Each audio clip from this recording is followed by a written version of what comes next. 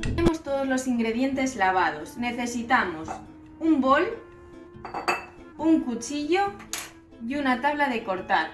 Y vamos a empezar con el primer paso, que es cortar el tomate en trocitos muy pequeños.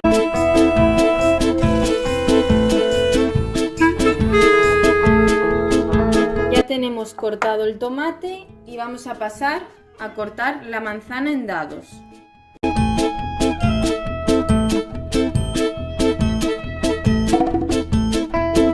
Vamos a cortar en pequeños trocitos las aceitunas y las anchoas.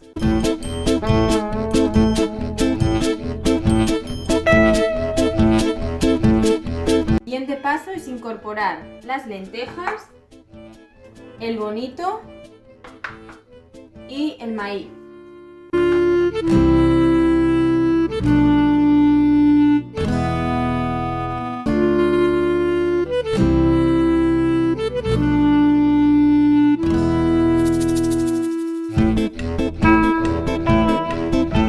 Añadimos 2 pizcas de sal y 4 cucharadas de aceite de oliva.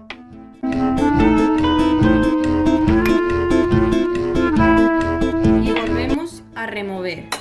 Tenemos la ensalada preparada, un alimento sano y bueno.